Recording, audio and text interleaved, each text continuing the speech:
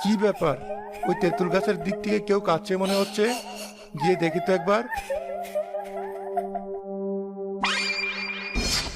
ওরে বাবা, কে আছো? বাঁচাও, বাঁচাও আমাকে।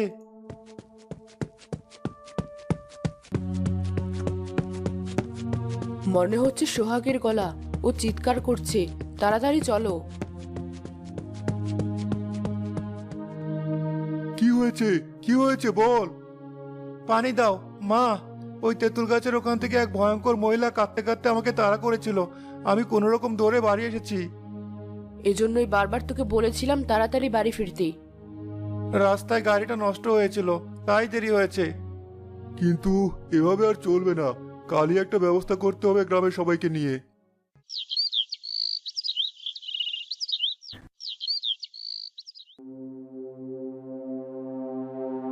ঠিক আছে, তোমরা যখন চাইছো তবে ডাকো কবিরাজ।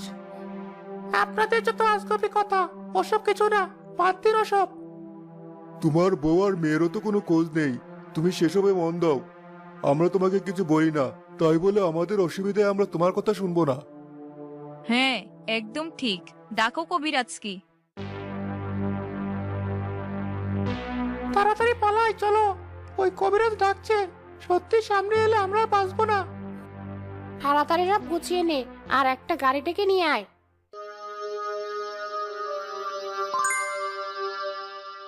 কেন ডেকেছিস আমাকে? নিজের জানের কি ভয় নেই? বেশি কথা না বলে বল, কেন সবাইকে ভয় দেখাচ্ছিস? সারা গ্রামে আতঙ্ক ছড়িয়ে দিয়েছিস কেন? প্রতিশোধ নেব আমি। কিসের প্রতিশোধ? কে তুই? শুনতে চাস কে আমি? তবে শোন আমার ঘটনা।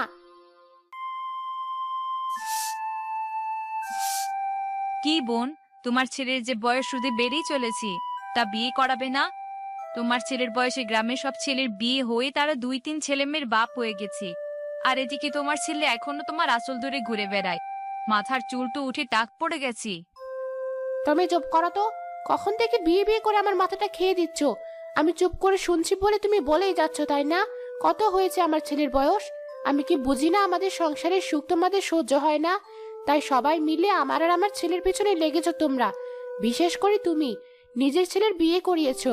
এখন ছেলের বউ তো তোমাকে ঠিক মতো দেখে না, তাই আমার সুখ দেখে তোমার সহ্য হয় না। তুমি চাও আমার ছেলেকেও যেন আমি তাড়াতাড়ি বিয়ে দিয়ে বাড়িতে অশান্তি সৃষ্টি করি, আর তোমরা সেটা দেখে দেখে হাতে তালে দিতে পারো। সব বুঝি।